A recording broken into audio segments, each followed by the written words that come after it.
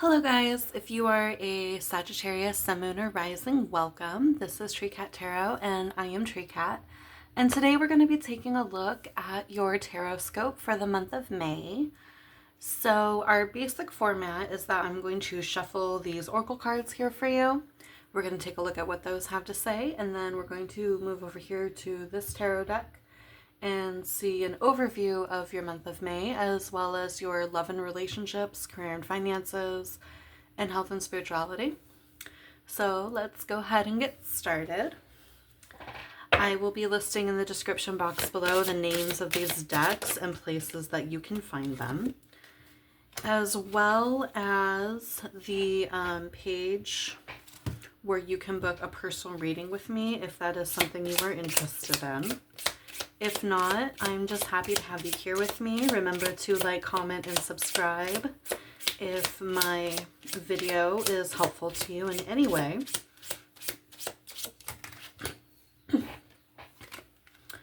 Okay, so we have Eucalyptus with Breathe. I'm thinking of the freshness that comes with like a very deep breath of air, or even like the way when you have like mint or peppermint, even though this doesn't say that, the way it feels like it really opens up your sinuses. So yeah, being able to take a very just deep breath and have a second type energy. That's what I'm getting for you for May. We also have a secret admirer here, physically attracted and intimidated. So somebody has their eyes on you, Sagittarius, and they're mildly intimidated by you. So let's see what else we can get for the month of May.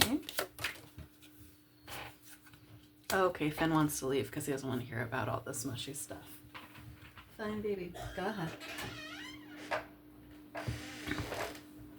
We have card number 24 here with Heart, which is about a romantic connection, a pure-hearted romantic connection, right?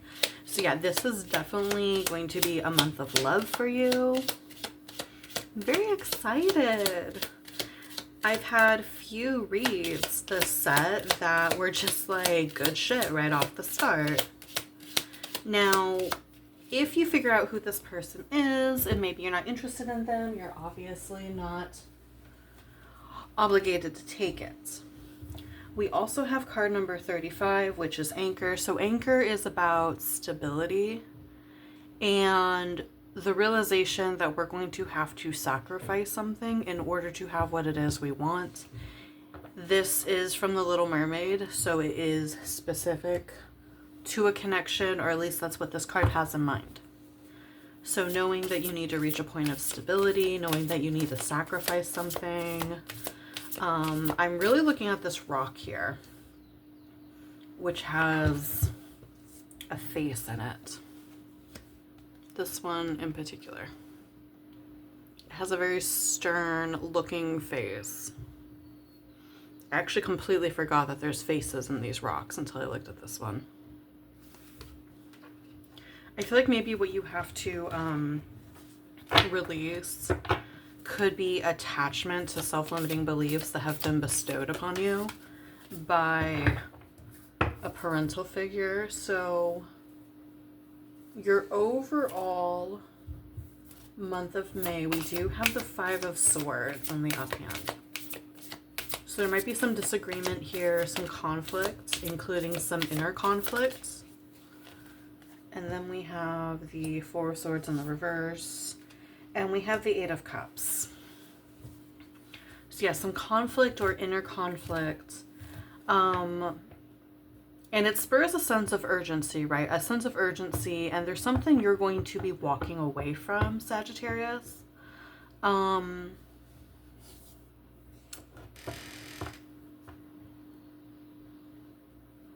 I don't know if like, because so far we've only gotten messages about love in particular.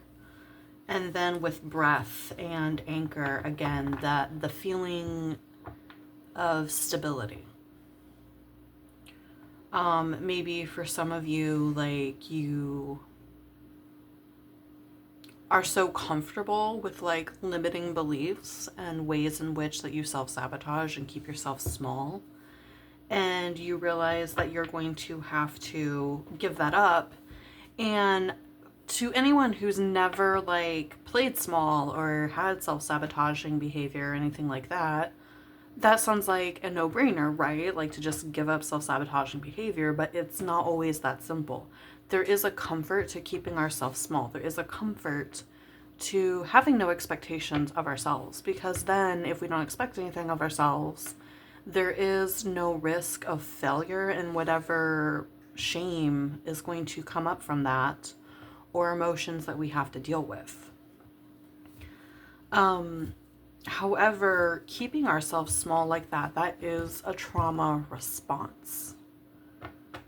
It is something that like we do because we were taught not to believe in ourselves anyway. So it's almost the belief of like, who am I to challenge that? You know? And it's difficult, right? If you were raised to like not believe in yourself or not trust yourself, it's daunting to like, it's one thing to say that your parents screwed you up, if that's your situation. It's one thing to say that they did. It's another to take steps to undo the damage that they did. Because then you are admitting to yourself that you can do a better job than they did. And that takes a lot of guts, honestly. So yeah, I feel like there is an opportunity for love here, but you're going to have to be willing to step away from an old way of being. Because if it was like 5 of Wands, I would be leaning more towards conflict with others, but it's not. 5 of Swords makes me think of internal conflict. Or at the very worst, arguments, but I don't think it's necessarily that. Though it could be. Like if you're living, like maybe you have a situation with work or home where you feel like you can't breathe, that could be different. For others of you, there is a possibility that you're having to walk away from one romantic situation to enter another one. There is no judgment here. This is a judgment-free YouTube channel.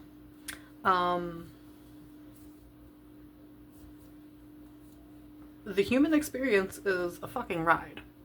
So I'm definitely not here to... I'm not here to judge. I'm here to just give messages and shit, right? So let's go ahead and move on to your love and okay, I guess. We have the 8 of Wands. So quick speed, swiftness. Swiftness in love and relationships. Regarding what though? Ooh. We have the 2 of Cups in the reverse. So if nothing else, you're being advised to, if you're in a connection and you're not feeling the connection, Sagittarius, you're being advised to just quickly do away with it. Which is bringing me back to the idea of leaving one romantic situation for another. Or like if you're dating multiple people, like just tell the people you're not feeling or that you know are not worthy of you, just tell them to sit the fuck down. That way you can see everybody behind them. Like there's no point in wasting your time, right? And I feel like this sense of urgency is because the universe wants to give you this person. The universe wants, and it doesn't have to be your life partner, right? But it could be someone who they're here to help remind you that you have value. They're here to help remind you of the kind of love that you deserve, right? So like I said, there is a sense of urgency from the universe for you to stop entertaining romantic situations that you don't actually want in order to make space for romantic situations that you do want. You can't grasp more when your hands are already full, Sagittarius. So that is your love and relationships. I feel like it's going really nicely with everything else that we have here. I am a little curious why your admirer is intimidated by you. We're going to interrogate that a little bit. Don't tell the other signs. Spirit, why is this person intimidated by Sagittarius? Spirit, why is this person? Thank you. Okay, but what direction do you want to come out in? No, that doesn't tell me anything. Thank you. Okay. So the reason this person's intimidated is because they quite honestly feel like they're too poor to approach you. They feel like they don't have anything to offer you. And they feel like you deserve good things. With the Four of Pentacles, it's when we're either like overspending or holding on too hard. And it's, yeah, I feel like it's because they're, they feel like they can't afford to do nice things for you, or that they can't afford to take you out or anything like that. Which I feel like, I mean, it's nice. Being taken out is nice, but like, that's not what we get into connections for. We get into them to like love and be loved. Trust, respect. Things like that. Companionship. Okay. Let's move on to your career and finances. Okay. Well, we have the Star. That is card number 17, Aquarius energy. And I guess you're getting 3 cards for this section. Okay, we also have the 3 of Cups, and we have the 8 of Swords in the reverse. Awesome. So with the 8 of Swords in the reverse, you are taking off the blindfold, so to speak, and realizing your worth. But it coming out with the 3 of Cups, any sour feelings I feel like that you may have had towards coworkers or a boss or something like that, you're letting go of those and you're having a good time. It could also be like if you thought people didn't like you, you're letting go of that, okay? And that's really supported here by the Star, because the Star is when we are on the right track, we're getting positive attention.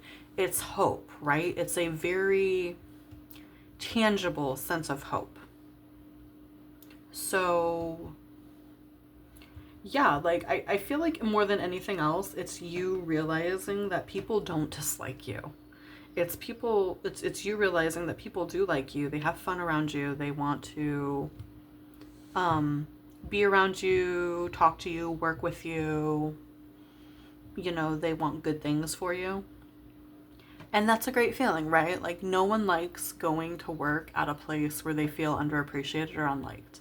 That's like a horrible feeling, because it's not like you can just quit necessarily, right? So this is good. Like you're realizing you have love around you and that you are surrounded by love in your career. It could also be that you are gaining the money to start to have more fun as well. You can do a little spending. Okay, so let's see what we have for health and spirituality. I'll take that one. We have the Emperor, so that's card number 4. That is Aries energy. Interesting. And then we have the 7 of Pentacles in the reverse.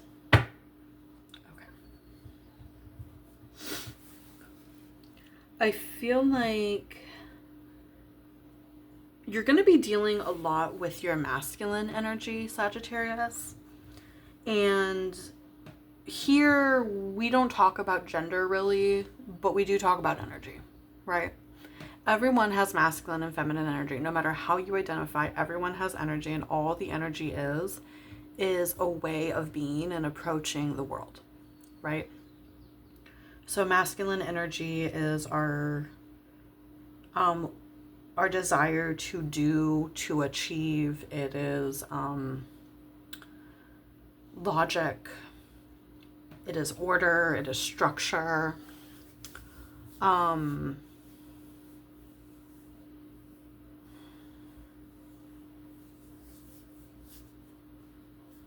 is doing things for the sake of having things, right?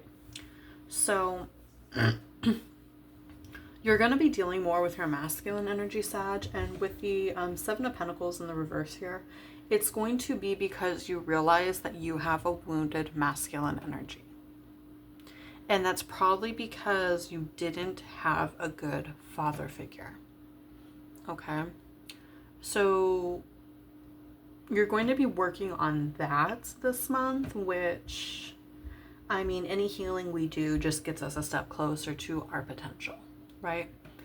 This really honestly seems like a pretty good month for you, I think.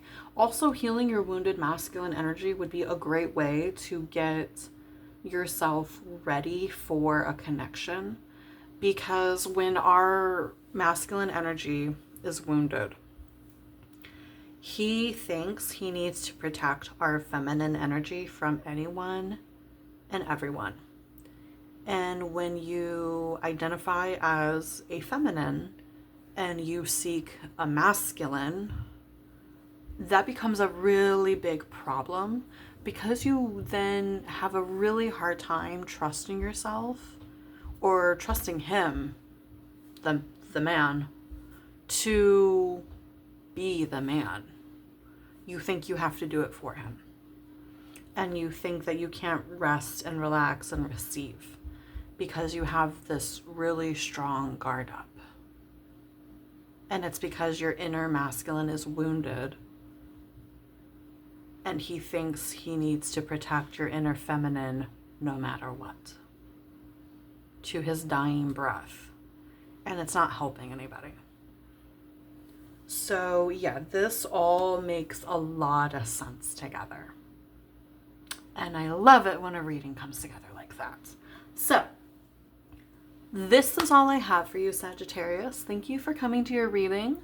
Hopefully it was helpful to you and resonated with you. Let me know down in the comments if it did.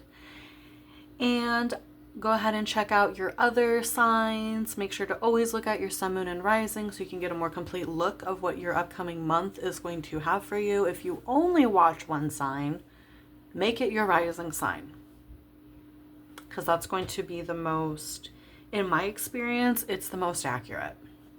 And then the other ones just kind of add on to it, right? So with that being said, be good, be safe, and love and light to you. Bye.